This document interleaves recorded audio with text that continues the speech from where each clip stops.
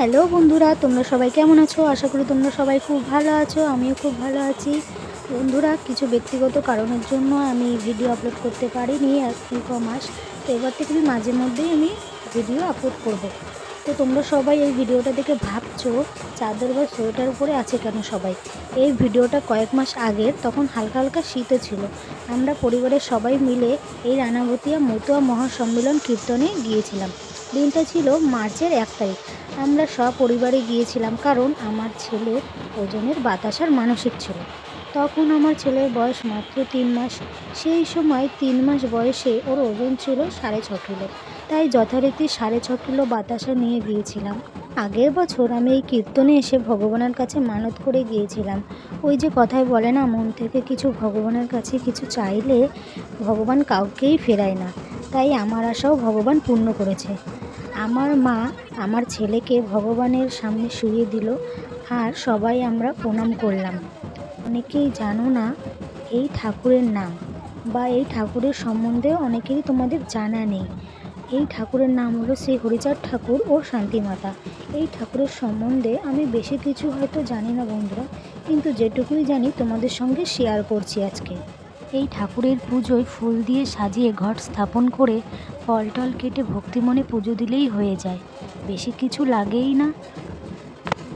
আমার কিন্তু এই ঠাকুরটা খুবই ভালো লাগে, কারণ অন্য সব ঠাকুরের থেকে এই ঠাকুরটা অনেকটাই আলাদা। অন্য সব ঠাকুর দেবতাদের যেমন অনেক আচার নিয়ম কানুন লাগে, ব্রাহ্মণ ছাড়া পুজো হয় না, তেমনি এই ঠাকুরের পুজোয় কোনো ব্রাহ্মণই লাগে না।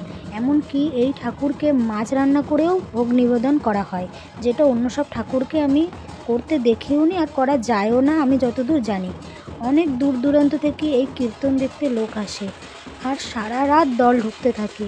কী যে সুন্দর দৃশ্য বন্ধুরা, নিজের চোখে না দেখলে তোমাদেরকে বিশ্বাসই করাতে পারবো না। তারপর আমরা কিছুটা বাতাসা ঠাকুরকে নিবেদন করে বাকিটা আমরা বাতাসা লুট করতে নিয়ে গেলাম ভক্তদের মাঝে। এদিকে তো আমার বর কিছুটা বাতাসা নিয়ে লুট করা শুরুও করে দিয়েছে। ভিডিওটা অতটা ভালো করে তুলতেও পারেনি বন্ধুরা, দেখতেই তো পারছো কত লোক আর লোক, যে পা রাখবো সেইটুকুরও জায়গা নেই। ওই যে দেখো হলুদ শাড়ি পরা আমার শাশুড়ির কোলে আমার ছেলে, ও এত আওয়াজে এক ফোঁটাও কান্না করেনি, আমি তো ভাবতেই পারিনি। ও তো এত আনন্দ পাচ্ছে, সে কি বলবো, ও খুব আনন্দ পাচ্ছে। এদিকে আমার মা আর আমার শ্বশুর বাতাসার গামলা নিয়ে সবাইকে দেওয়া শুরু করে দিয়েছে, আর আমিও কিছুটা হেল্প করে দিয়েছি সবাইকে দিতে দিতে। আবার অনেকে তো উপর থেকে নিজেরাও নিয়ে নিচ্ছে, কী আর বলবো, কিছু বলতেও পারছি না। তো সাধারণত বাতাসার লুট মানে ভক্তদের মাঝে ছুঁড়ে দেওয়া হয়, কিন্তু আমরা কেউ চাই না আমার ছেলের ওজনের বাতাসা ছুঁড়ে দেওয়া হোক, কারণ ছুঁড়ে মারলেই তো নিচে পড়বে, আর নিচে পড়লেই তো সবার পায়ে লাগবে।